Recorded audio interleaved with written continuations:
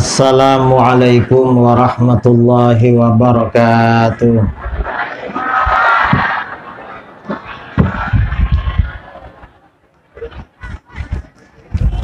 Sekali lagi yang menjawab salam mudah-mudahan banyak uangnya. Assalamualaikum warahmatullahi wabarakatuh.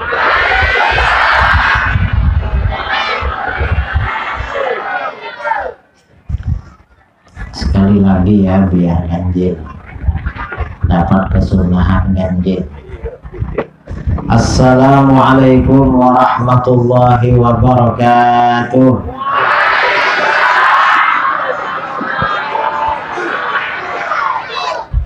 Bismillahirrahmanirrahim.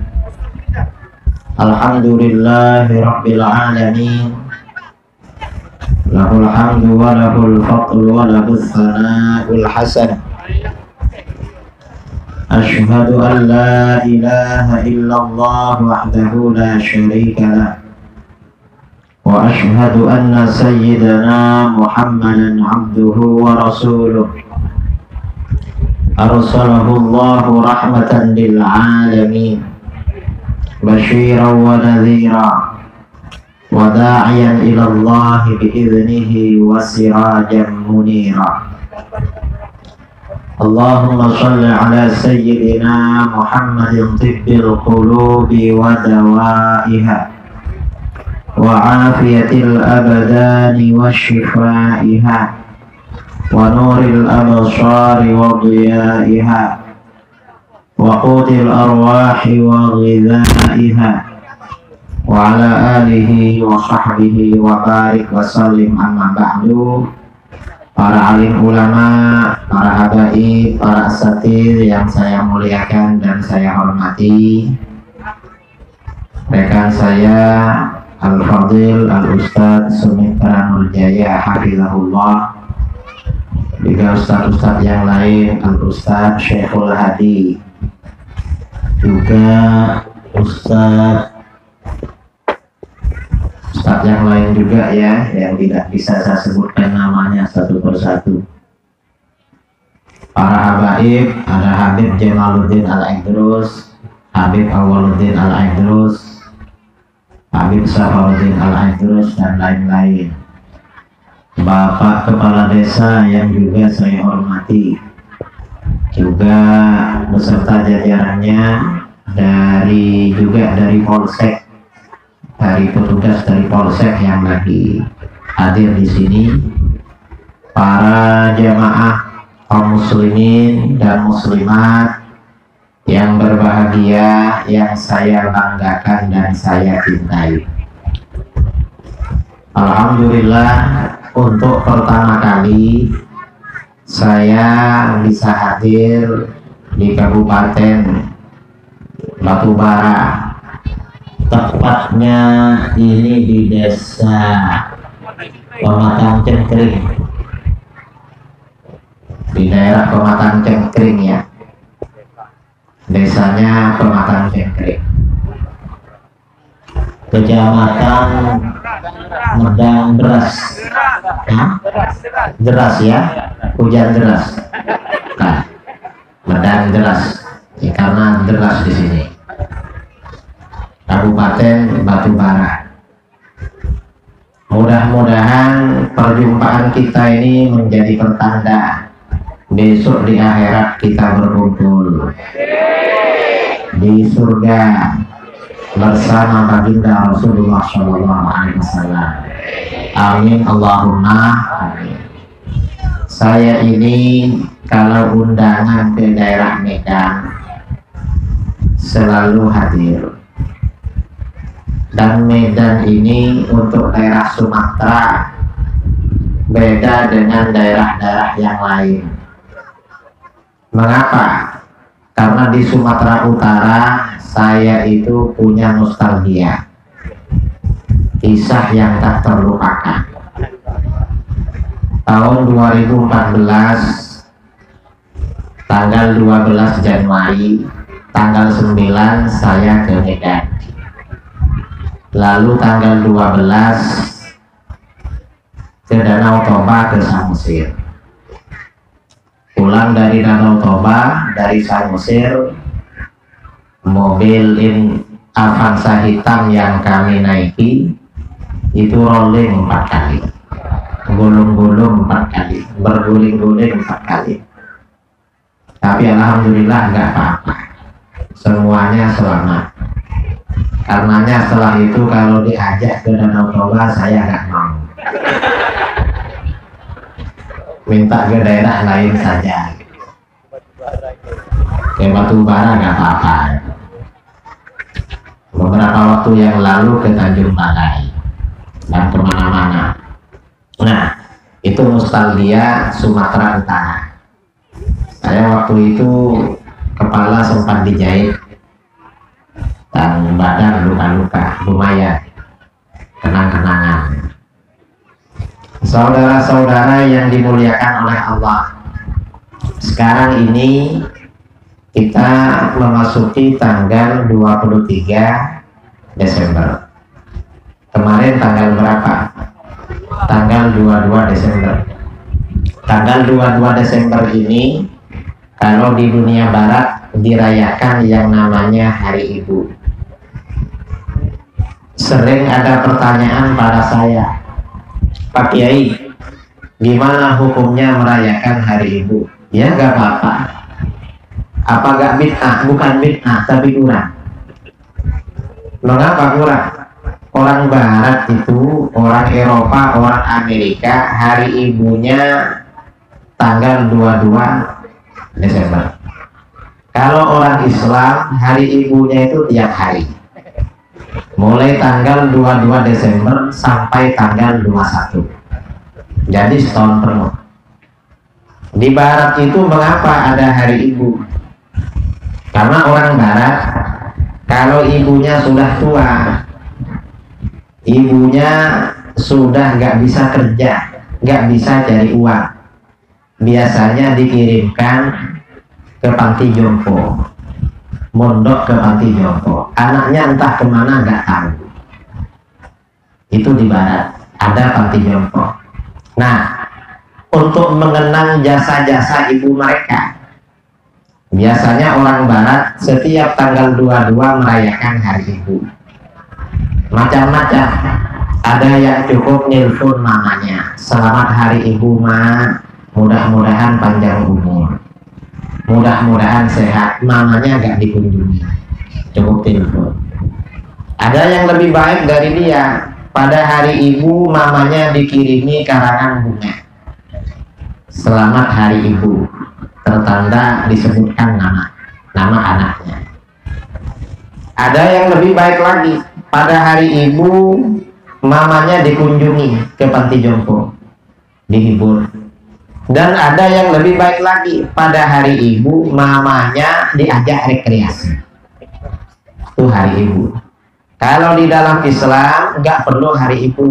Mengapa? Setiap saat kita wajib melayani ibu.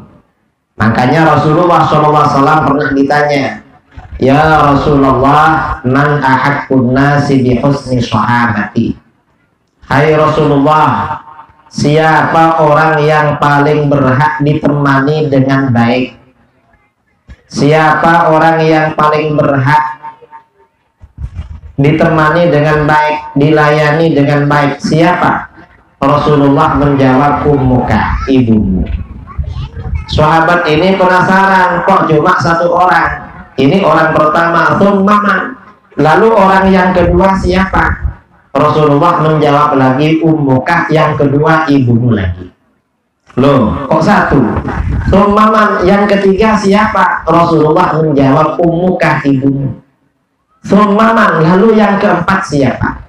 Baru Rasulullah menjawab, thumma abu, kemudian ayah. Artinya apa? Ibu itu harus dilayani paling bagus. Kalau kebaikan, perlakuan baik itu 100%, yang 75 untuk ibu, yang 25 untuk ayah, sisanya di bawah 25 untuk istri, untuk anak, untuk yang lain-lain. Ini berbakti pada ibu. Artinya apa? Hari ibu itu bukan perbuatan bid'ah, tetapi sangat kurang dari kewajiban. Karena kita ini setiap saat hari ibu, mendoakan ibu setiap selesai sholat, ibu dan ayah setiap selesai sholat, lebih daripada orang-orang barat. Ada yang tanya, kenapa ya orang barat itu hanya ada hari ibu, hari bapaknya nggak ada, nggak ada hari ayah? Karena orang barat banyak yang tidak punya ayah, yang punya cuma ibu, makanya hari ibu.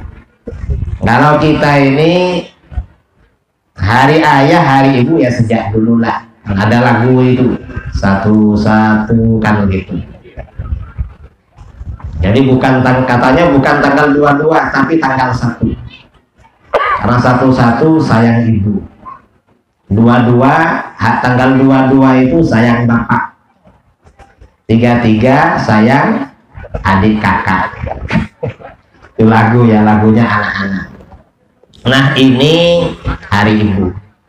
Nah besok, sekarang ini tanggal 23, besok lusa kita akan libur nasional. Sebenarnya sudah lama libur. Hari apa? Yaitu hari Natal.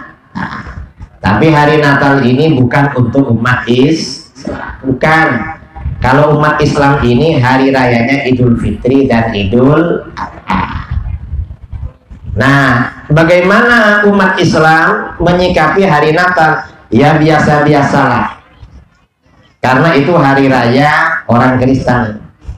Dan umat Islam itu gak boleh, haram hukumnya mengucapkan selamat Natal. Gak boleh.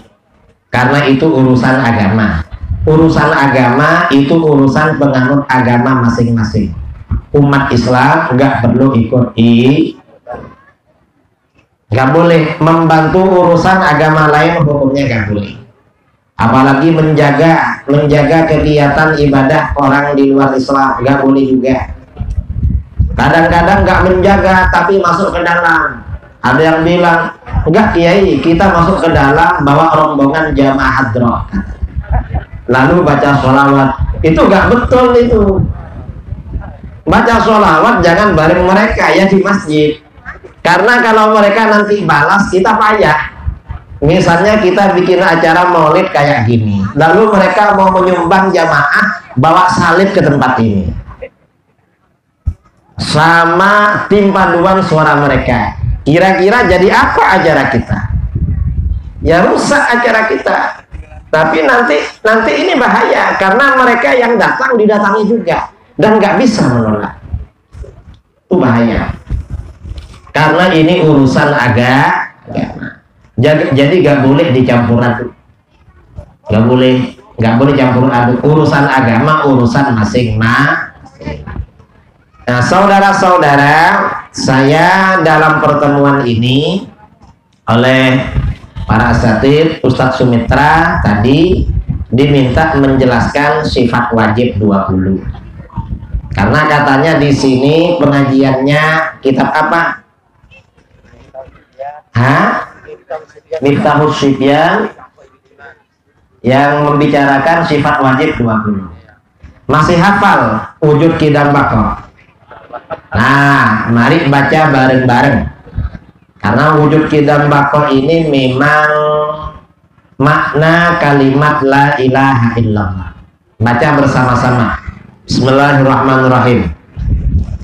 Wujud qidam baqarah mukhalafatu lil hawadisi qiyamuhu binafsihi wahdaniyat qudrat iradat ilmu hayat sama' basar kalam qadiran muridan aliman hayyan sami'an basiran mutakalliman. Ini sifat wajib 20 bagi Allah. Sifat wajib 20 bagi Allah ini harus kita hafal. Setelah kita hafal, harus kita pahami maknanya. Mengapa kita hafal dan kita pahami maknanya? Karena ini memang kunci penjelasan dari kalimat la ilaha illallah. Jadi la ilaha illallah ini maknanya sifat 20 itu. Itu maknanya. Dan ini penting untuk masa sekarang, kita memahami sifat 20 itu penting. Mengapa? Karena sekarang ini ada aliran-aliran lain di luar Ahlus Sunnah wal Jamaah. Apa saja? Kalau dulu ya, dulu Islam ini sejak awal disebarkan di Indonesia, turun mulai dari Aceh, lalu sampai Indonesia Timur, semua umat Islam di negara kita ini Ahlus Sunnah wal Jamaah. Itu semuanya. Dalam fikih mazhabnya Syafi'i, akidahnya Imam Asy'ari, dan orang-orangnya pengikut tarekat Sufi. Itu dari dulu. Kemudian kira-kira hampir 200 tahun ke sekarang, aliran-aliran di luar Ahlus Sunnah mulai masuk. Siapa yang pertama kali masuk? Masuk pertama kali yang namanya Wahabi. Wahabi ini pertama kali masuk ke Indonesia, dalam catatan sejarah itu masuknya ke Padang, Minangkabau, Sumatera Barat, tetangganya Sumatera Utara. Jadi dekat sini Wahabi pertama kali masuk, sehingga terjadi perang Badri antara Wahabi dengan orang-orang Ahlus Sunnah wal Jamaah. Lalu kemudian Syiah ini masuk juga ke Indonesia. Kalau Syiah ini masuknya ke mana? Syiah ini pertama kali masuknya ke Jakarta, lalu Surabaya, sekitar Jawa, kemudian yang merembet kemana-mana. Ini Syiah. Dan kemudian juga kalau sekarang ini sudah bukan Wahabi dan Syiah yang masuk negara kita, tapi banyak sekali HTI, Hizbut Tahrir juga masuk ke negara kita. Nah, ini macam-macam. Dari berbagai aliran yang ada, 3 aliran ini, Wahabi ini paling merajalela, terutama di Medan. Karena di daerah Medan, Wahabi ini sudah punya perguruan tinggi, punya pondok pesantren. Ada ustaznya. Perguruan tingginya ada, pondok pesantrennya ada. Bahkan di Riau, di Sumatera, di Riau paling besar. Dan lembaga-lembaga Wahabi, pondok-pondok Wahabi di Indonesia banyak yang memakai nama Imam Syafi'i. Pondok pesantren Imam Syafi'i, ajarannya benci Imam Syafi'i, tapi namanya dipakai. Mengapa dipakai? Untuk membohongi orang. Karena orang Wahabi ini suka membohongi umat. Ini Wahabi. Dan Wahabi ini akidahnya beda, saudara, dengan kita. Kalau kita ini akidahnya sifat 20, wujud qidam baqa. Kalau Wahabi bukan. Apa akidahnya Wahabi? Wahabi ini akidahnya tauhid dibagi 3, yaitu tauhid rububiyah, tauhid uluhiyah, tauhid asma wa sifat. Karenanya kalau anak-anak saudara sekolah lalu mata pelajarannya ada tauhid 3 itu, berarti itu tauhid Wahabi. Segera pindah sekolah, cari sekolah yang nggak ngajarkan itu. Mengapa? Karena itu ajaran Wahabi. Nah, ajaran Wahabi ini beda dengan akidah Ahlus Sunnah wal Jamaah.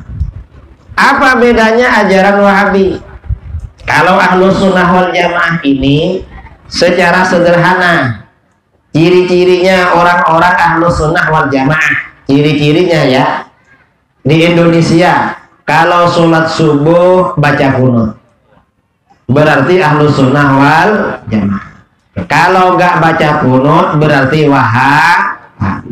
Ada di Batubara yang nggak baca kunut subuhnya? Nggak ada ya?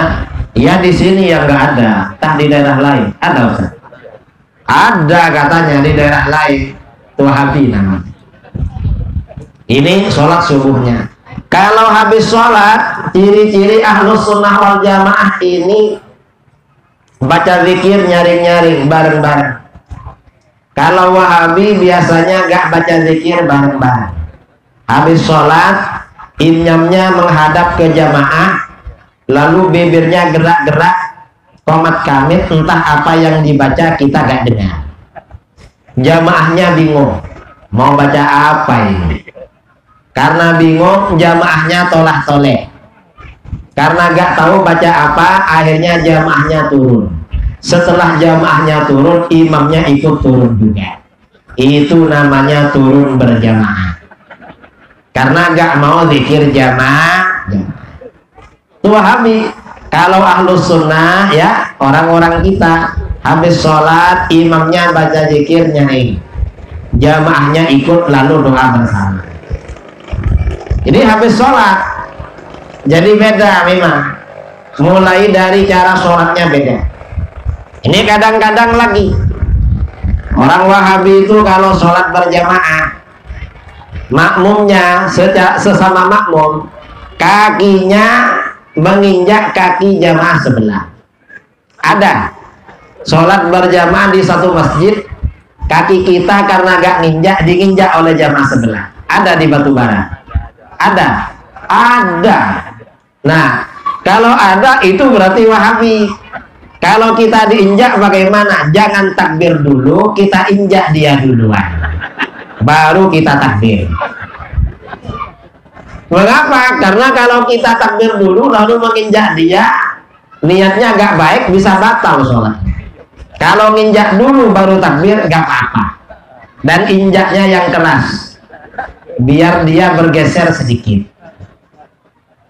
Ada yang begitu. Itu cara sholat mereka. Nah, itu cara sholat. Kalau tradisi Wahabi, tradisi keagamaan, beda dengan kita. Apa tradisinya? Kita ini kalau ada keluarga meninggal dunia, mengadakan acara tahlilan, lalu ada kenduri, tahlilan ya, baca zikir bersama-sama, lalu ada sedekah makan. Kalau di Batubara berapa hari itu? 37 ya, 3 hari, lalu hari ke-7, lalu hari ke-40. Sama dengan di tempat lain di Indonesia. Yang beda itu cuma di Lombok, Nusa Tenggara Barat. Kalau di Lombok itu bukan 7 hari, tapi 9 hari tiap malam. Jadi kalau keluarganya meninggal, masyarakat baca tahlil, makan bersama selama 9 hari. Itu masyarakat di mana? Di Lombok, Nusa Tenggara Barat. Kalau daerah lain sampai 7 hari. Kalau Wahabi gak ada. Wahabi ini keluarganya meninggal malah tambah sepi. Mengapa? Anak-anaknya pergi dan tidak terima tamu. Itu Wahabi. Nah, itu yang benar yang mana? Yang benar adalah ahlus sunnah wal jamaah. Yang Wahabi itu tak benar. Biasanya orang Wahabi bilang tahlilan, kenduri, bid'ah, gak ada dalil. Yang gak ada dalil mereka yang gak mau tahlil. Yang gak mau tahlil dan gak mau kenduri itu gak punya dalil. Kalau yang kenduri dan tahlil itu banyak dalil. Jangan dikira gak ada dalilnya. Kita ini paling lengkap dalilnya. Contoh ya, ini cerita tahun 2018. Saya diundang ceramah malam hari di Sigli, di Aceh, di Pidi. Sigli itu kalau gak salah Kabupaten Pidi, di Aceh.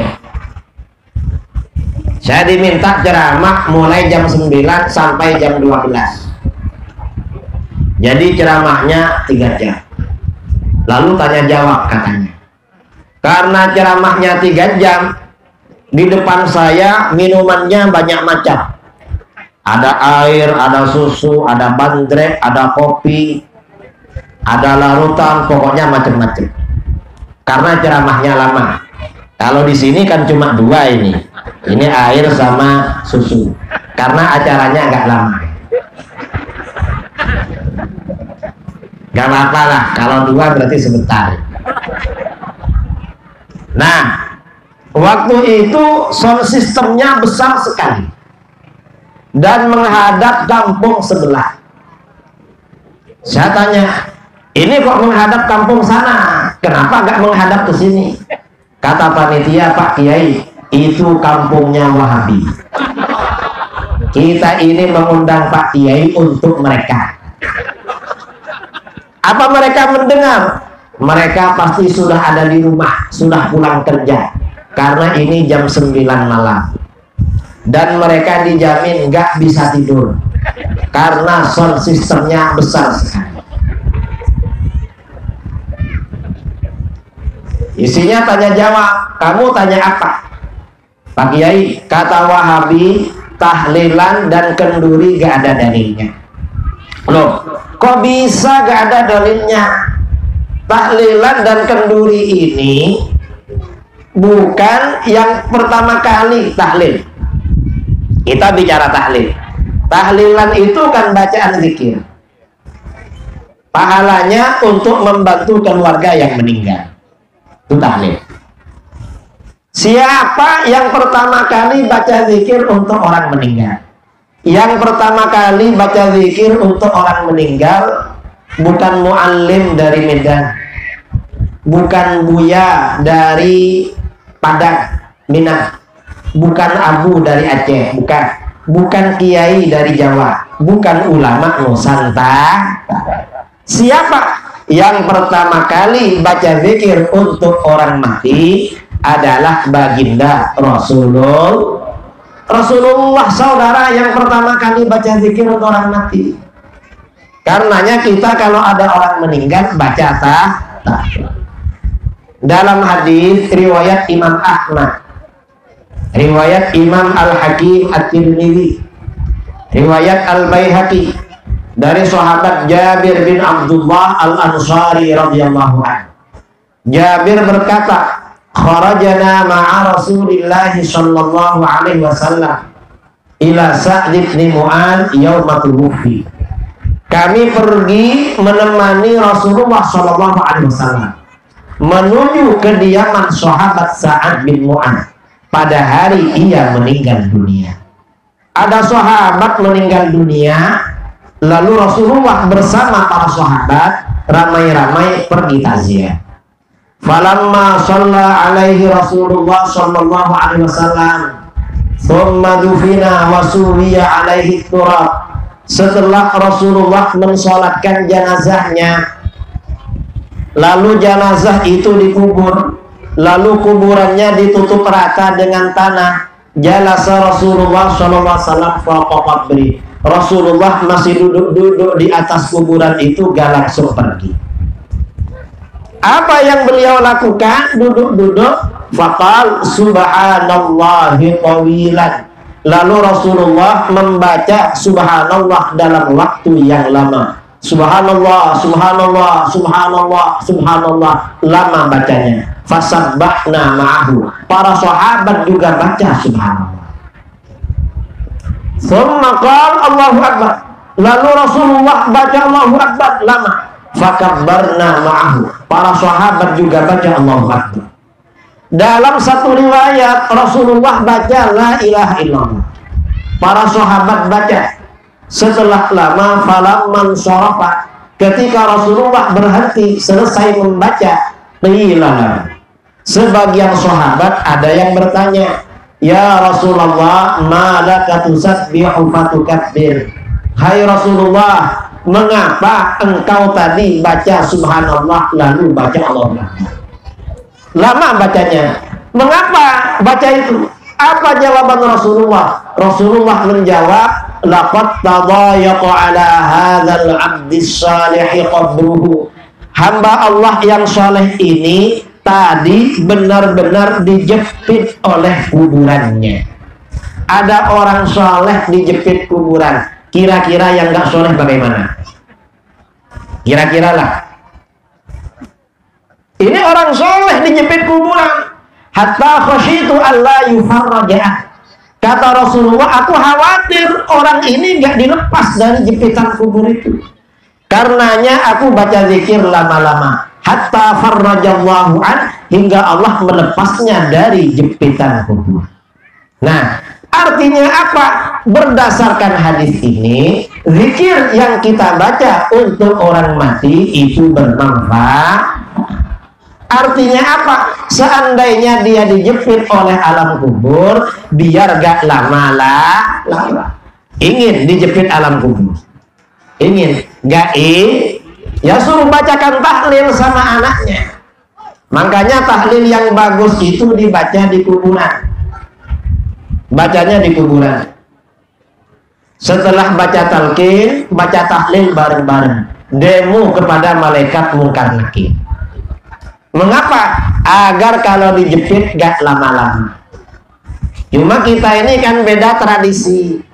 Kita kalau ada tetangga meninggal, sejak pagi habis subuh sudah nungguin. Nanti jam 9 dimakamkan. Habis itu ada yang pergi ke ladang, ada yang pergi ke kebun. Di sini ladang apa kebun sih? Ada ladangnya. Sawah ada. Tanaman padi ada di sini. Soalnya di samping ini sawit ini. Ladang banyak ya. Ada yang ke ladang, ada yang ke kebun, ada yang ke pasar, ada yang jadi guru. Maka tahlilnya malam hari. Di Batubara tahlil itu maghrib apa isya? Ba'da maghrib berarti jam berapa? Jam 7 ya. Jam 7. Almarhum dikubur jam 9 pagi. Tahlilnya dibaca jam 7. Berarti menunggu bantuan berapa jam lamanya? 10 jam nunggunya. Kira-kira kalau saudara dijepit, jatuh di kebun atau di mana terjepit, gak ada yang menolong, menunggu bantuan 10 jam. Kira-kira senang apa enggak? Gak senang. Makanya tahlil segera lakukan. Tapi malam-malam gak apa-apa, daripada enggak sama sekali. Nah, artinya apa? Tahlil itu ada dalilnya saudara. Gak sembarangan ulama kita. Karenanya tahlil tetap kita lestari. Kalau ada orang Wahabi bilang biarkan, berarti dia orang yang gagal paham. Karena gak pernah ngaji. Suruh ngaji ke sini kalau gak mau tahlil. Karena tahlil ini kalau dijelaskan dalilnya perlu waktu 1,5 jam. Saya gak pakai lama-lama, sebentar aja karena singkat-singkat. Ini tahlil. Kemudian selain tahlil, kita ini kalau ada keluarga meninggal, ada kenduri. Kalau Wahabi marah-marah, kata Wahabi itu bid'ah, sesat, gak ada dalilnya. Loh, kok gak ada dalil? Itu sedekah. Sedekah itu yang diperlukan adalah kemurahan hati. Ya kalau sedekah minta dalil, lo memang anjuran. Dan orang mati ini dianjurkan disedekahkan. Imam Nawawi dalam kitab Riyadhus Shalihin menulis bab berjudul As-Sadaqah 'anil Mayyit, anjuran sedekah untuk orang mati. Saya kebetulan duduk di sebelah timur, matahari terus ke barat. Jadi ya ini macam sengaja panitia, biar agak panas. Tapi tidak apa-apa lah. Nah, karena matahari ini menghilangkan bakteri, biar gak kena COVID. Jadi yang kepanasan COVID-nya mati. Gak apa-apa lah. Tapi ini airnya hangat juga nanti ini kalau diminum. Nah, Imam Nawawi dalam kitab Riyadhus Shalihin menganjurkan sedekah untuk orang mati. Dalil yang disampaikan oleh beliau an Aisyah radhiyallahu anha, dari Aisyah radhiyallahu anha, anna rajulan atan nabiyya sallallahu alaihi wasallam faqala, seorang laki-laki datang kepada Nabi sallallahu alaihi wasallam. Wah, ini mundur lagi ini. Ya ada apalah, karena ini kalau minta hujan kita ya gak enak, tapi ini agak mendung, sudah dingin.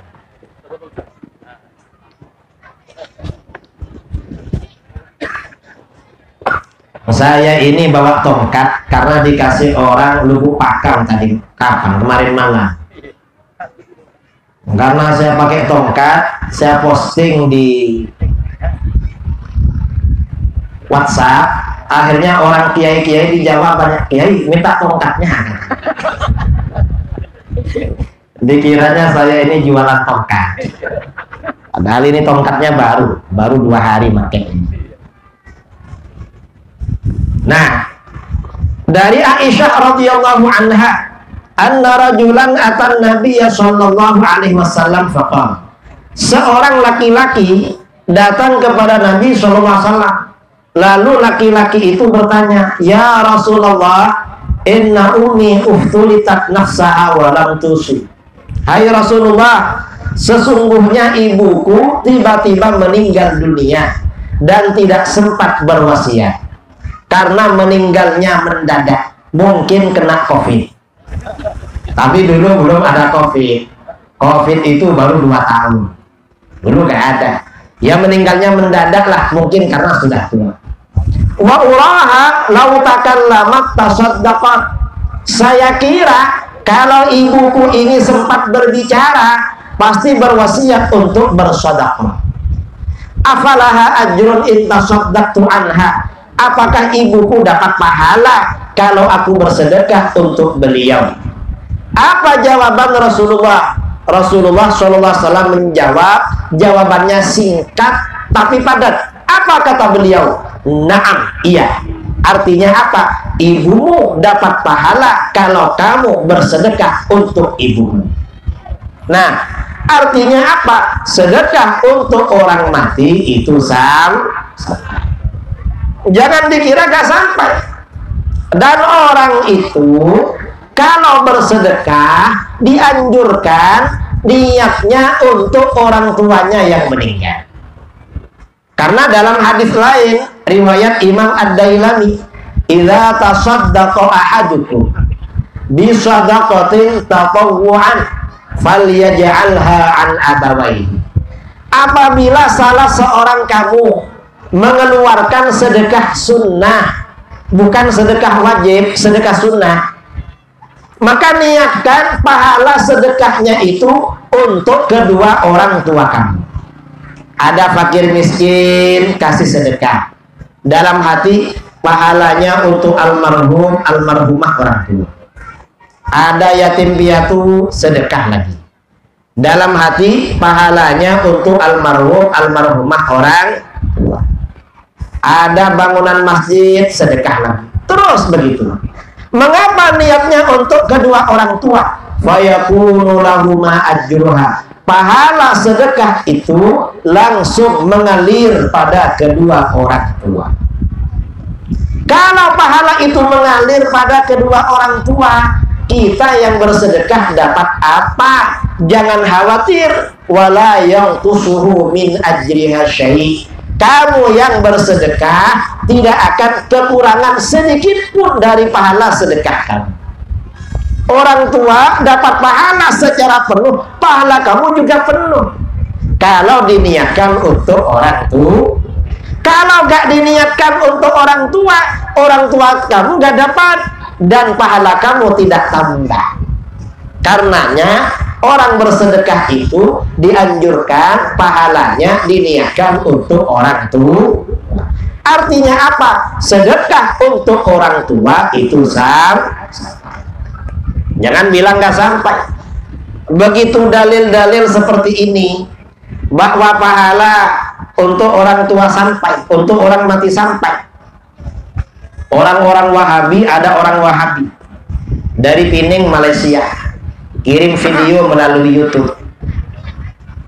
Apa kata dia? Kata dia, nggak apa-apa sedekah untuk orang mati. Loh, sekarang nggak apa-apa, katanya kemarin bid'ah. Berubah mereka, nggak apa-apa. Siapa yang melarang? Loh, kan dia yang melarang. Sekarang kok gak ngaku? Wahabi ini gak ngaku kalau mereka suka melarang-melarang. Tapi loh, ada tapinya. Ini Wahabi. Apa kata Wahabi? Kalau mau sedekah untuk orang mati, jangan pakai makanan, jangan pakai minuman, jangan pakai kenduri. Pakai apa? Kalau mau sedekah untuk orang mati, bangun masjid, bangun musholla, bangun surah, bangun menasah. Suruh bangun masjid. Dari mana uangnya? Kata orang Jawa, takon di duwe. Uangnya dari mana? Keluarganya meninggal, bangun masjid. Kalau setiap ada orang mati, bangun masjid. Negeri kita ini berubah jadi negeri masjid. Banyak masjidnya. Karena setiap ada orang mati, suruh bangun masjid. Dan itu nggak bagus. Mengapa? Terlalu banyak gak bagus. Masjid yang ada jamaahnya kurang. Padahal masjid cuma di kampung-kampung. Gimana kalau bangun lagi? Ngawur Wahabi. Dan ini yang lebih penting saudara. Para ulama kita dulu melestarikan tradisi kenduri, sedekah minum dan makan. Itu bukan asal-asalan.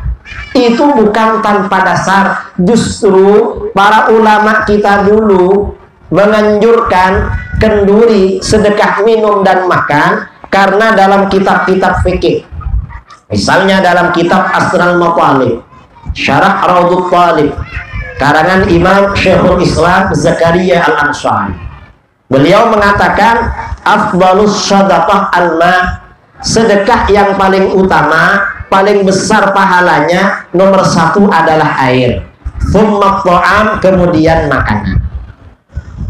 Artinya apa? Kita ini kalau ada orang mati bikin kenduri, karena air dan makanan itu sedekah yang pahalanya paling besar. Paling besar memang. Mengapa sedekah air paling besar?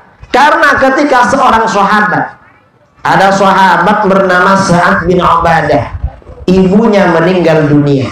Beliau bertanya kepada Rasulullah SAW, ya Rasulullah, ayyus sadaqati a'jabu ilaik.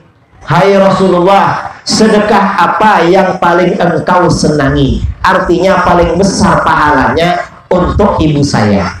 Apa jawaban Rasulullah? Rasulullah menjawab alma, air. Jadi air yang paling besar, paling disenangi. Mengapa air? Karena air ini paling banyak dibutuhkan. Oh, ibu-ibu kalau bangun tidur minum apa? Minum A. Kalau ke ladang, ke kebun sambil kerja minum A.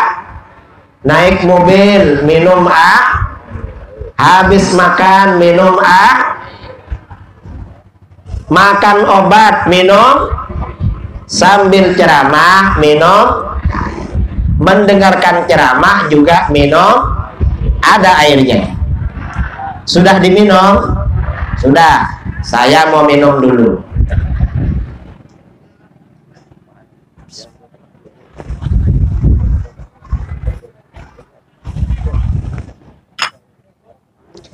Nah, ini sedekah paling afdal. Mantap. Makanya diminum. Dan sedekah air ini saudara, walaupun modalnya paling murah, kadang-kadang gak pakai modal. Mengapa? Airnya ambil dari sumur. Jangan diremehkan, walaupun murah. Mengapa? Kadang-kadang gara-gara sedekah air, dosa besar diampuni oleh Allah. Dalam hadis riwayat Imam Bukhari Muslim dari Abu Hurairah radhiyallahu anhu, Rasulullah SAW bersabda, bainama kalbun yutifu bi raqiyatin qad kada yaqtuluhul 'atash. Ketika ada seekor anjing mengelilingi sumur, anjing itu benar-benar hampir mati karena kehausan. Ini kejadian di Timur Tengah sebelum Islam. Di Timur Tengah itu di Arab maksudnya, bukan timurnya Medan, bukan. Tapi Timur Tengah itu negara-negara Arab. Negara Arab ini kan gersang, jarang air, jarang tumbuhan. Ada seekor anjing mengelilingi sumur. Anjing itu hampir mati karena kehausan. Idra'athu baghiyun min baghaya Bani Israel. Tiba-tiba seorang pelacur Bani Israel melihatnya. Ada pelacur pulang kerja. Pelacur itu dulu biasanya kerjanya malam.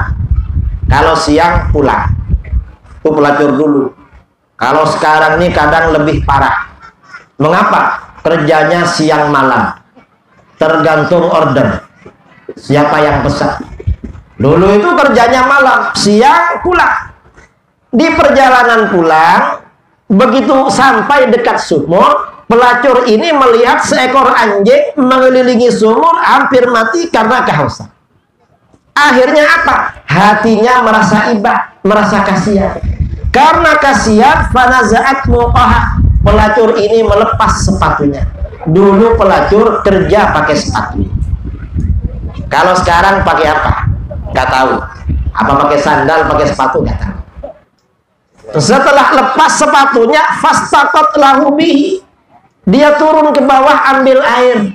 Dulu sumur gak pakai timba, gak pakai tali, tapi pakai tangga ke bawah. Kalau sekarang sumur sudah gak pakai timba lagi, gak pakai tali, pakai apa? Pakai listrik, pakai dak, pakai pipa. Turun ke bawah ambil air. Fasaqat hubihi, naik ke atas, dia kasih minum anjing itu. Setelah ngasih minum anjing, anjingnya segar pulang. Sampai di rumah kemudian meninggal dunia. Mengapa? Mungkin malamnya kena vaksin. Vaksinnya langsung 3 meninggal. Vaksin tak vaksin apa itu? Yang jelas bukan vaksin sini, vaksin sana. Meninggal. Terus lalu bagaimana? Apa yang terjadi? Gara-gara ngasih minum anjing, faghufira laha bihi. Allah ampuni dosanya sebagai pelacur. Padahal yang dikasih minum adalah anjing. Karenanya kata Imam Al-Qurtubi dalam kitab Al-Jami' li Ahkamil Quran, kalau saudara merasa banyak dosa, yang sering sedekah air minum. Mengapa? Pelacur aja diampuni oleh Allah, padahal yang dikasih minum adalah anjing. Saudara pernah ngasih minum anjing? Pernah? Tidak pernah. Kira-kira kalau ada anjing mendekat, diambilkan apa? Hah? Diambilkan batu, gak diambilkan air, diambilkan batu. Mengapa? Karena anjingnya ikut Wahabi. Batu ini anjing Wahabi. Padahal anjingnya haus. Nah, berdasarkan hadis ini, kata para ulama ya, orang punya hewan ternak. Orang ternak ayam, ternak kambing. Kalau sini ternak apa? Hah? Ayam. Ternak lembu. Ternak lembu dikasih makan, dikasih minum, itu mengurangi dosa. Makanya kalau banyak dosanya, yang banyak ayamnya. Tapi kasih makan, jangan biarkan ke rumah tetangga. Itu mengurangi dosa. Padahal itu ternak apalagi kalau yang diternak itu manusia, mengurangi dosa. Ini bapak-bapak ini ngasih nafkah anaknya, ngasih nafkah istrinya, dosanya dikurangi oleh Allah. Karenanya kalau banyak dosanya, yang banyak anak. Kalau masih banyak lagi dosanya, tambah istri. Mengapa? Untuk mengurangi dosa. Istrinya tanya sama dia, abang kawin lagi ya. Mas, saya ini banyak dosa.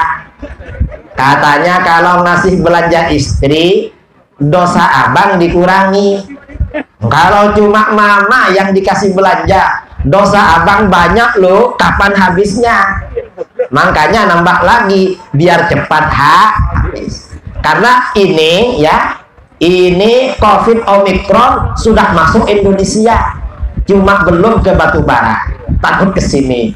Ini berarti suaminya Ahlus Sunnah wal Jamaah. Kalau nggak mau berarti Wahabi. Ya enggak lah, itu canda aja ya, canda. Karena kalau kawin lagi itu ya bukan urusan Wahabi, siapa saja. Dan kalau nggak bakat jangan kawin lagi, bahaya kalau nggak bakat. Ini ada riwayat cerita, entah sahih apa enggak. Dulu ada dua orang berkawan. Dua orang ini sama-sama nakal, jarang ke masjid. Tiba-tiba kawannya rajin ke masjid. Kawannya yang nakal terkejut karena azan subuh dari masjid. Tanya dia, kamu sekarang kok rajin? Dulu kan nakal macam saya. Kata dia, saya kawin lagi, makanya rajin. Loh kok bisa rajin? Saya dapat istri yang sholihah. Belum azan sudah dibangunin, suruh ke masjid. Oh gitu? Iya. Terus, kamu kalau ingin rajin ibadah, kawin lagi. Nanti rajin kamu. Kira-kira dapat 1 minggu, kawannya ke masjid. Ternyata kawannya yang nakal sudah duluan di masjid. Terkejut dia, kamu kawin lagi ya? Iya, kata. Kamu jam berapa ke masjid? Saya bukan jam berapa. Jam berapa? Saya bermalam di masjid. Kok bermalam? Gak berani pulang. Ini namanya tidak bakat. Kalau gak bakat jangan. Bukan ahli ibadah, malah gak pulang-pulang. Nah, artinya apa? Sedekah minum itu pahalanya paling besar, saudara. Yang kedua, di bawah sedekah minum adalah sedekah makan. Makanan ini nomor 2. Mengapa sedekah makan ini paling besar pahalanya? Karena dalam hadis riwayat Imam Bukhari Muslim dari Abdullah bin Amr bin Al-As radhiyallahu anhu, seorang laki-laki bertanya kepada Rasulullah SAW, ya Rasulullah, ayyul islami khair? Hai Rasulullah, amalan apa dalam Islam yang paling baik, besar pahalanya, mengantar masuk surga? Apa jawaban Rasulullah? Rasulullah menjawab, tut'imut ta'am, kamu kasih makan orang. Artinya apa? Ngasih makan orang ini termasuk amalan yang paling baik. Ini ngasih makan. Seberapa besar pahala ngasih makan? Kata Sayyidina Ali bin Abi Thalib karramallahu wajhah. Sayyidina Ali berkata, la an ajma'a ikhwani ala sa'in aw sa'ain ahabbu ilayya min an akhruja ila suqikum fa'u'tiqana samatan. Seandainya aku mengundang makan orang-orang, 1 sok pada 2 sok makanan. Undang makan orang-orang 1 sok atau 2 sok. 1 sok itu nisabnya zakat fitrah. Kalau beras 2 kilo 2 on. Kalau 2 sok zakatnya 2 orang 4,5 kilo. Orang Indonesia standarnya 1 kilo cukup dimakan 10 orang. Apalagi kalau makannya di Batubara, bisa 15 orang. Mengapa? Karena ikannya banyak, jadi makan ikan. Saya tadi nasinya sedikit, karena ikannya banyak, jadi makan ikan lumayan. Nah, kata Sayyidina Ali, seandainya aku mengundang makan orang-orang antara 20 sampai 50 orang, itu pahalanya lebih aku senangi daripada aku pergi ke pasar lalu membeli budak hamba sahaya lalu aku merdekakan. Artinya apa? Ngasih makan orang 20, 30, 40, 50 pahalanya sama atau lebih besar daripada memerdekakan bu. Sekarang itu budak tidak ada, kalaupun ada harganya mahal, kira-kira seharga Innova Ribbon. Entah Innova Ribbon berapa harganya, 400 juta. Ternyata ngasih makan 20, 25, 30 orang sama dengan sedekah uang 400 juta. Dia ngasih makan, saudara, besar memang pahalanya. Dan orang yang senang ngasih makan hatinya lembut, mudah menerima kebaikan, lembut. Karenanya orang-orang ahlus sunnah itu lembut-lembut mendengar ceramah itu. Beda dengan Wahabi. Wahabi itu gak suka ngasih makan, hatinya keras-keras. Itu Wahabi. Mengapa lembut-lembut? Orang yang senang ngasih makan. Dalam hadis sahih dari Abu Hurairah radhiyallahu anhu, anna rajulan yashku ila Nabi sallallahu alaihi wasallam qaswata qalbi. Seorang laki-laki mengadu kepada Nabi sallallahu alaihi wasallam karena hatinya keras. Hatinya keras. Rasulullah, hati saya ini keras. Kalau ada nasihat masuk dari telinga yang kanan, keluar dari yang kiri. Gimana caranya agar hati ini menjadi lembut? Apa jawaban Rasulullah? Rasulullah menjawab, idza aradta ayyalina qalbuk. Kalau kamu ingin hati kamu menjadi lembut, fa'at'imil miskin. Kamu yang senang ngasih makan orang miskin. Artinya apa? Ngasih makan orang miskin dapat melembutkan hati. Nah, bangsa kita ini senang ngasih makan, makanya hatinya lembut. Nah, selain ngasih makan, yang juga melembutkan hati, wamsah ra'sal yatim, dan yang senang mengusap kepala anak ya. Di Batubara tradisi mengusap kepala yatim ada. Bulan apa? Bulan Muharram, setahun sekali. Ya ada apa-apa daripada enggak. Nah, mengusap kepala yatim itu maksudnya simbol kasih sayang. Jadi bukan cuma mengusap. Artinya apa? Setelah mengusap, dompetnya dibuka. Lalu diambilkan uang. Dipilih uang yang paling kecil apa besar? Paling kecil. Mengapa? Karena masih anak-anak. Kecuali kalau mamanya masih muda, kasih yang paling besar. Mengapa? Kasihan janda muda kalau keluar rumah banyak yang nyapa dan sok akrab.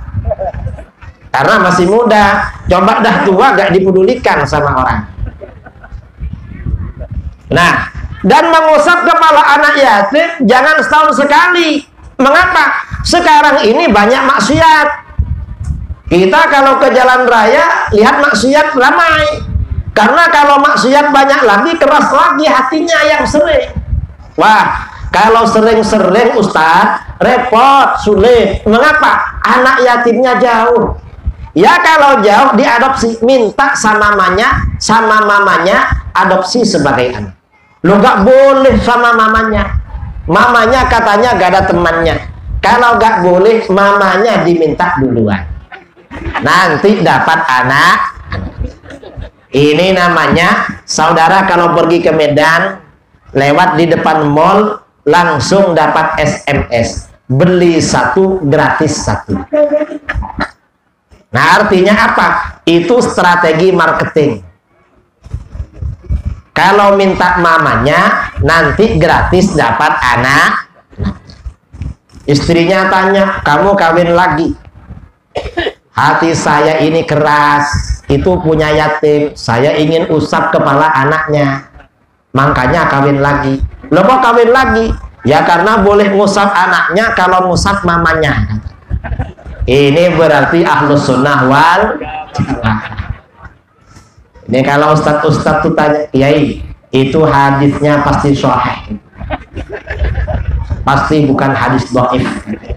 Ini yang ustadz. Kalau yang bukan ustadz gak paham. Nah, artinya apa? Sedekah makan itu besar pahalanya, saudara. Karena sedekah minum dan makan ini paling besar. Karena itu para ulama dulu, kalau ada keluarga meninggal dunia, biasanya ada kenduri 7 hari, tahlilnya juga 7 hari. Ada yang bertanya lagi, kenapa kok 7 hari? Loh, itu 7 hari ada dasarnya, saudara. Karena dalam kitab-kitab hadis, mengapa kenduri sampai tanggal 7? Hadis riwayat Imam Ahmad dalam kitab Az-Zuhud dari Imam Tawus. Imam Tawus berkata, innal mauta yuftanuna fi quburihim sab'an fakanu yastahibbun ayyut ama anhum tilkal ayyam. Sesungguhnya orang yang meninggal dunia diuji di alam kubur selama 7 hari. Jadi kita ini kalau mati ditanya oleh malaikat Munkar Nakir 7 hari. Karena ujian 7 hari. Mengapa 7 hari? Ya lama kita ujiannya. Karena yang ditanya amalan sejak kita balik sampai kita meninggal. 7 hari urusannya itu. Karena ujian alam kubur 7 hari, fakanu yastahibbun ayyut ama anhum tilkal ayyam. Para ulama salaf, para sahabat dan tabi'in menganjurkan sedekah makan selama 7 hari itu. Cuma sebelum makan biasanya baca tahlil. Tahlilnya itu meringankan, sedekahnya juga mengurangi dosanya. Karenanya kalau ada orang meninggal ya ada kenduri 7 hari. Lalu hari ke-40, hari ke-100, hari ke-1000, kemudian haul tiap tahun. Ini namanya tradisi Ahlus Sunnah wal Jamaah. Nah, orang-orang di luar Ahlus Sunnah gak mau, ya biarkanlah. Mereka memang bukan Ahlus Sunnah wal Jamaah. Ini contoh. Selain tahlilan dan kenduri, tradisi Ahlus Sunnah wal Jamaah ini juga kalau bulan Rabiul Awal biasanya merayakan Maulid Nabi. Kalau di Batubara Maulid itu berapa hari, Ustaz? 40 malam. Ini di Batubara. Sama dengan di Jawa. Di Jawa banyak 40 malam. Yang paling lama itu di Aceh. Di Aceh itu Maulid Nabi 5 bulan. Sejak bulan Rabiul Awal sampai bulan Rajab disambung dengan Isra Mi'raj. Dan lebih lama lagi itu orang Banjar di Kalimantan Selatan. Berapa bulan orang Banjar merayakan Maulid? Selama 11 bulan. Mulai bulan Syawal sampai bulan Sya'ban. Libur bulan Ramadan diganti tarawih dan tadarrus Al-Quran. Kalau di Banjar itu di Kalimantan Selatan, tiap malam kita keluar rumah pasti mendengar Maulid di barat, Maulid di timur, di utara ada, di selatan ada. Di segala arah tiap malam ada. Mereka memang suka Maulid. Itu namanya tradisi Ahlus Sunnah wal Jamaah. Orang Wahabi gak mau gak apa-apa. Nah selain itu kita ini orang Ahlus Sunnah punya tradisi ziarah kuburan orang tua, kita ziarah. Kalau Batubara ziarah kubur itu hari apa? Hah? Setahun sekali ya, menjelang bulan puasa. Itu setahun sekali. Ya gak apa-apa lah. Kadang-kadang hari raya. Nah, kalau ziarah kubur orang tua, itu namanya ziarah kubur, tujuannya adalah pertama mendoakan orang tua. Karenanya di kuburan itu baca Yasin, baca tahlil atau hataman Al-Quran, lalu baca doa. Kemudian ziarah kubur orang tua tujuannya juga li'ada'il huquq, memenuhi kewajiban kita pada orang tua. Itu orang tua. Lalu tradisi masyarakat kita ini juga ada ziarah kuburan para wali, para ulama. Tujuannya apa? Untuk tabarruk, mencari keberkahan. Kalau kita punya hajat, ziarah makam para aulia, baca Al-Quran di sana, berdoa kepada Allah, biasanya hajat cepat terkabul. Cepat memang, karena tujuannya tawassul. Dan itu juga dianjurkan. Yang terakhir, ini ada cerita. Ada cerita tentang ziarah kubur para ulama. Dulu ada kawan saya, mondok. Lama-lama kawan ini sudah waktunya menikah. Cari calon untuk dijadikan istri kesulitan. Akhirnya pas liburan pondok menjelang Ramadan, ziarah ke makam salah satu waliullah di Jombang, Jawa Timur, Sayyid Sulaiman. Dia baca Quran tiap hari. Suatu sore menjelang maghrib, ketika hujan gerimis, dia baca Quran sendirian. Tiba-tiba ada 3 orang datang ziarah. Yang 2 orang laki dan perempuan sudah tua-tua. Satunya perempuan masih gadis. Ustadz ini gak sengaja melihat yang gadis ini sepertinya agak cantik. Dia berdoa pada Allah, ya Allah, barangkali ini kiriman Engkau untukku. Kalau memang ini jodoh, mudahkan bertemu dengan aku. Ya berdoa aja. Setelah bulan Syawal kembali ke pondok, Ustadz ini bilang sama kawannya, oleh kawannya disampaikan sama kawannya, hei, itu ustadznya kamu cari istri. Coba kakaknya kamu yang di Pondok Putri tawarkan. Ustadz kamu ini waktunya kawin. Kata muridnya ini, Ustadz ini orangnya alim, pasti cari yang istimewa. Kakak saya biasa-biasa. Apa mau ya? Ya udah. Kira-kira dapat 6 bulan, liburan bulan Maulid, muridnya datang ke rumah ustadznya. Ustadz sama papa dan mama diundang ke rumah. Undangan apa? Enggak Ustadz, bukan ceramah. Undangan apa? Kakak saya juga pulang dari pondok. Mungkin Ustadz mau lihat-lihat, barangkali cocok. Akhirnya ke sana. Dilihat cocok, sudah lamar lalu kawin. Setelah menikah, Ustadz ini cerita sama istrinya. Saya ini dek dulu karena bingung. Liburan pondok, saya ziarah ke makam Waliullah Sayyid Sulaiman di Mojo Agung, Jombang. Ketika saya baca Quran menjelang maghrib, hujan gerimis. Tiba-tiba ada 3 orang datang. Yang 2 orang laki perempuan sudah tua. Satunya perempuan masih muda. Baca Quran juga di situ. Saya berdoa kepada Allah, ya Allah, kalau ini memang jodohku, mudahkan aku bertemu dengannya. Saya gak tahu siapa itu. Istrinya tanya, itu tanggal berapa bang? Itu pulangan pondok menjelang Ramadan. Iya, tanggal berapa? Diingat-ingat sama dia. Oh, sore hari ini tanggal sekian. Kata istrinya, loh, kalau tanggal itu tuh saya sama papa dan mama. Memang di makam ada 1 orang waktu itu. Kamu ngapain ke sana? Ziarah, tabarruk, barangkali dapat jodoh.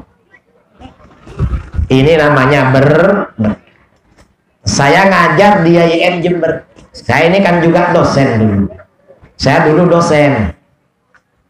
Jadi dosen di beberapa perguruan tinggi. Cuma sekarang jarang masuk.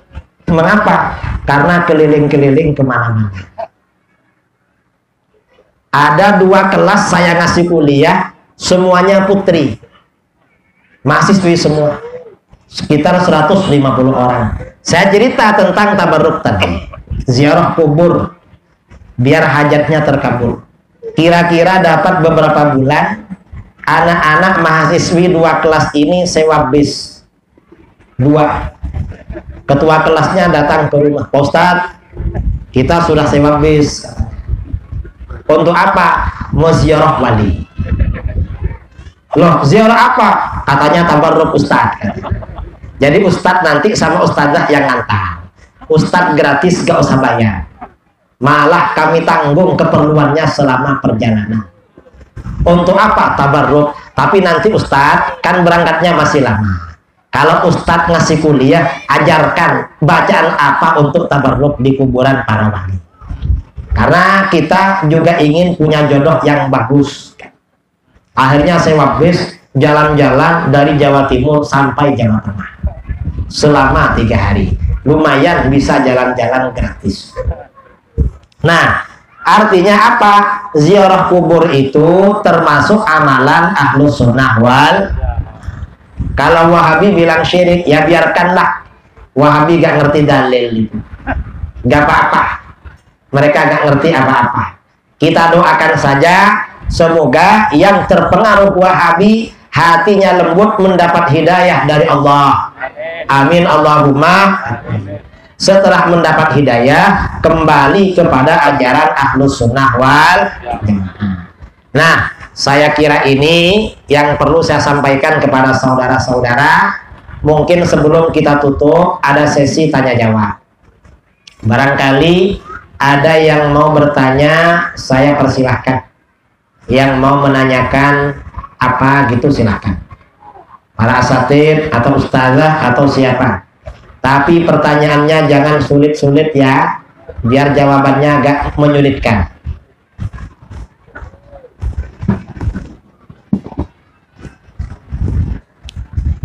Ini Kiai, ada pertanyaan mengenai tauhid metode sifat 20. Ada pertanyaan seperti ini, sifat 20 yang sebagaimana telah hafal tadi, andai kata tidak kita mengaji tauhid metode sifat 20 tersebut, apakah akidah kita itu bisa menjadi rusak? Itu saja. Kalau ada orang tidak mengaji tauhid 20, sifat wajib 20, apakah tauhidnya rusak? Asalkan dia tahu gak apa-apa. Asalkan tak. Kalau gak tahu maka harus mengaji. Mengapa? Orang yang gak tahu sifat wajib 20 itu tauhidnya kurang. Tidak betul. Nah, yang ingin saya terangkan bagaimana? Ini sering ada pertanyaan. Saya ketika di pondok dulu jarang ditanya tentang sifat 20. Pertanyaannya biasanya biasa-biasa.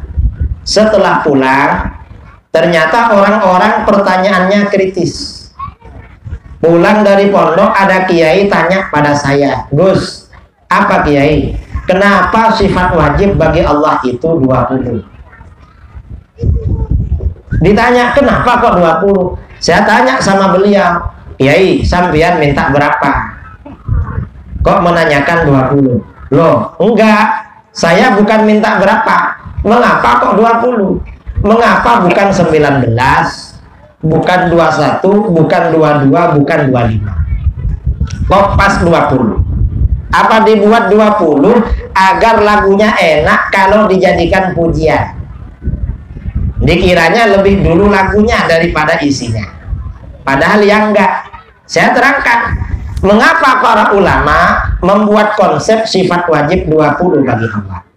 Pertama, sifat wajib 20 bagi Allah ini mengantarkan kita makrifat kepada Allah. Makrifat itu artinya apa? Kenal. Kenal pada Allah. Kita ini kalau kenal pada orang, misalnya ya, ada orang Melayu. Ustadz Somad itu Melayu apa Batak? Itu Batubara namanya. Mana rumahnya? Karena saya pernah dikasih kitab beliau, Abdus Somad Batubara. Hah? Nama kampung? Bukan sini. Oh bukan, saya kira sini rumah. Misalnya kita kenal Ustadz Somad, tahu orangnya, tahu perawakannya, tahu keahliannya, dan macam-macam. Nah, kepada Allah itu kita wajib kenal, wajib ma'rifat. Cuma di dunia kita kan nggak bisa melihat Allah. Maka bagaimana? mengenal kepada Allah di dunia adalah melalui sifat-sifatnya. Dan itu adalah sifat 20. Ini yang pertama. Yang kedua, mengapa 20? Mengapa gak 30, gak 35, gak 40, gak 50? Mengapa kok 20? Kata para ulama, sifat wajib 20 ini batas kemampuan akal manusia dalam makrifat kepada Allah. Artinya apa? Lebih dari 20 akal manusia gak mampu. Kita ini jangankan makrifat kepada Allah, makrifat kepada orang-orang yang kita merasa kenal itu terbatas. Betul. Saudara kenal saya, Ustadz kenal kan? Sering tengok YouTube, sering tengok apa. Tapi kenalnya cuma itu. Kalau ditanya lebih tentang saya gak kira tahu. Coba saya tanya sama ibu-ibu, saya ini sudah kawin apa belum? Hah? Belum? Sudah. Pertanyaan kedua, saya itu kawin sudah berapa kali? Ada yang tahu? Gak tahu. Artinya apa? Nah, kata Habib ini banyak. Ya gak tahu lah. Apa mau dibantu untuk kawin lagi gitu. Artinya apa? Kita ini makrifat pada kawan, pada siapa itu terbatas. Apalagi makrifat kepada Allah. Makrifat kepada Allah, kemampuan akal manusia hanya 20. Lebih dari 20 akal manusia tidak mampu. Ini yang kedua. Yang ketiga, mengapa sifat 20? Sifat wajib 20 ini saudara menjawab soal-soal yang mendasar tentang Allah. Kita ini kalau berkenalan dengan orang, pasti pertanyaannya, siapa namamu? Dari mana asalmu? Tinggal di mana sekarang? Umur berapa sekarang? Kerja apa? Dan seterusnya. Itu kalau berkenalan dengan Allah. Sifat 20 itu juga begitu. Kita ini sehari semalam wajib beribadah kepada Allah. Pertanyaan pertama, apakah Allah itu ada? Jawabnya adalah sifat Allah itu wajib ada. Karena Allah wajib ada, maka kebalikan dari ada, yaitu adam atau tiada, mustahil bagi Allah.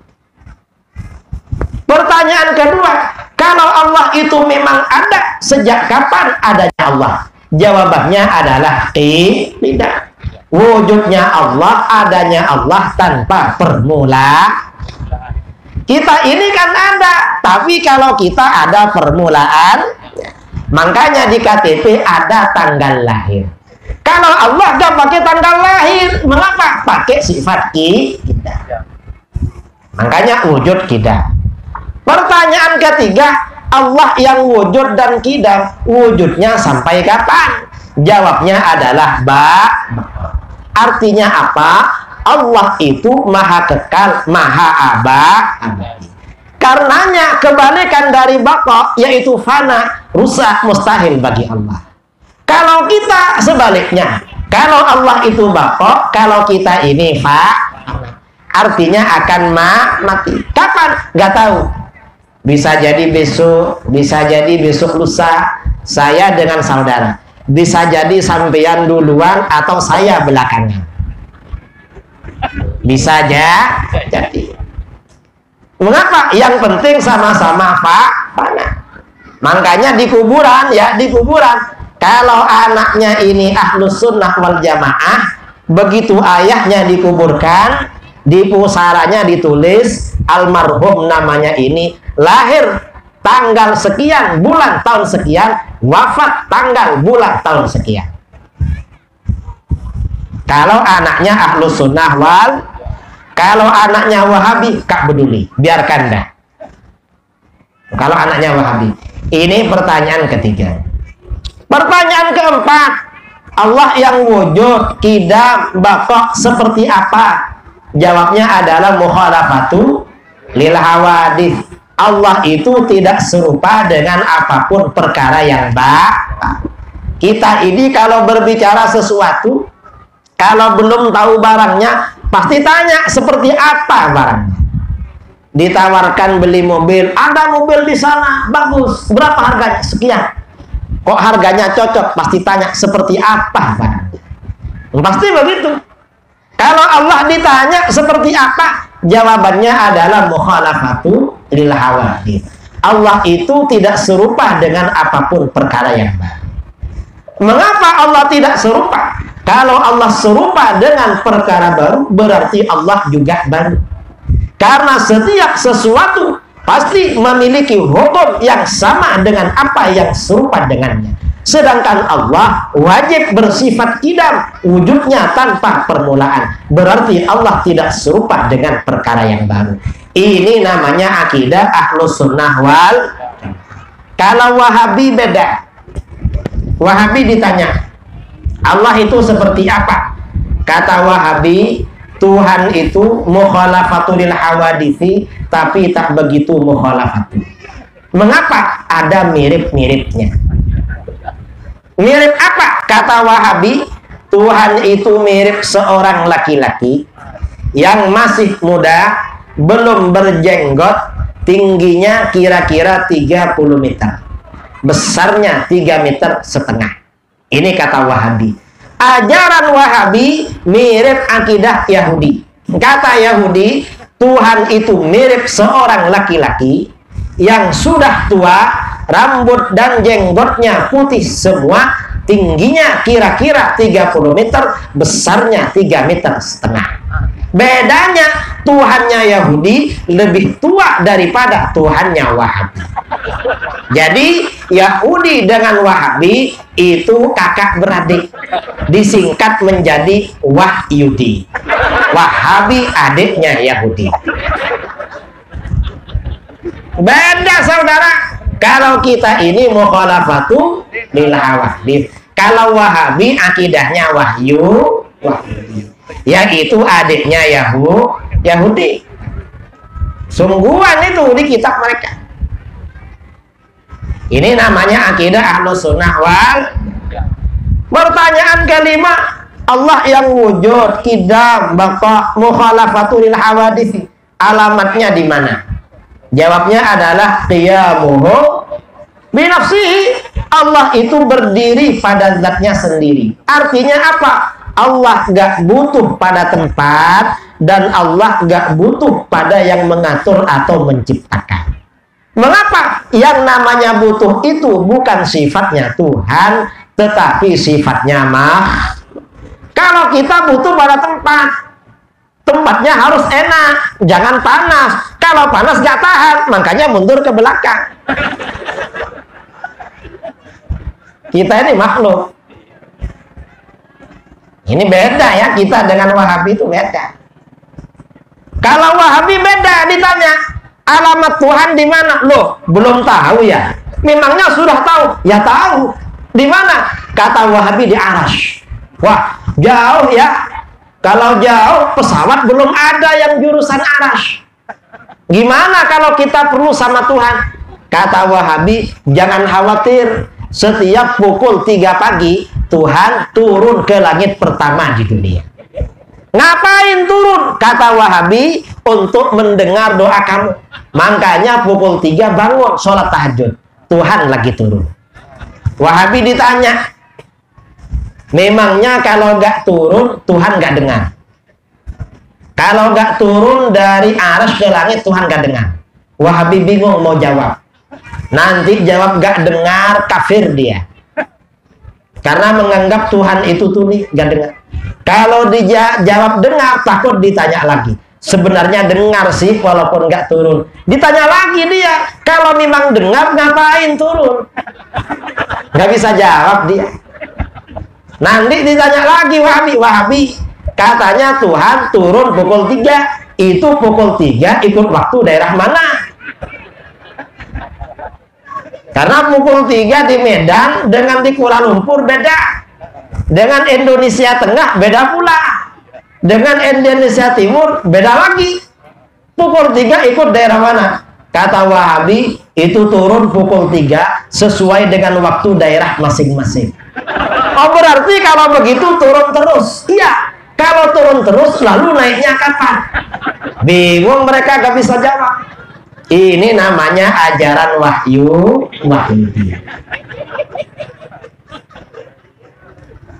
Beda saudara dengan akidah Ahlus Sunnah wal Jamaah. Kata Wahabi, orang yang tidak meyakini Tuhan tinggal di arsy adalah kafir. Kita dikafirkan oleh mereka. Kalau kita gak mengkafirkan Wahabi, Wahabi yang beriktikad Tuhan tinggal di arsy itu tidak kafir, tapi sesat dan menyesatkan. Mengapa? Karena arsy bukan alamat Tuhan, itu alamat palsu. Saya kira itu ya tentang sifat wajib 20. Makanya sifat wajib 20 itu harus ngaji. Kalau nggak ngaji nanti jadi adiknya Wahyu. Ada yang namanya Pak Wahyudi. Ada. Tapi bukan Pak Wahyudi sini. Pak Wahyudi sana maksudnya. Yang di sini Ahlus Sunnah wal Jamaah. Ada lagi? Ada satu lagi kayak tentang ayat Al-Quran, perkataan yang selalu terdengar kun fayakun. Mohon sedikit penjelasannya Kiai. Innama amruhu idza arada syai'an ay yaqula lahu kun fayakun. Sesungguhnya perkaranya Allah, urusannya Allah. Apabila Allah menghendaki sesuatu terjadi, maka Allah berkata kepadanya, jadilah, maka jadilah ia. Artinya apa? Allah gak berkata kun fayakun. Artinya apapun yang dikehendaki Allah langsung jadi. Kun fayakun itu dalam arti bahasa manusia. Jadi kita gak bisa kun fayakun, gak bisa. Kita bukan Tuhan. Dan itu bahasa manusia namanya. Jadi begitu. Ada lagi. Mungkin ibu-ibu belakang ada yang angkat tangan. Ibu-ibu yang bertanya, insya Allah dapat hadiah umroh gratis. Tapi tahun 2045.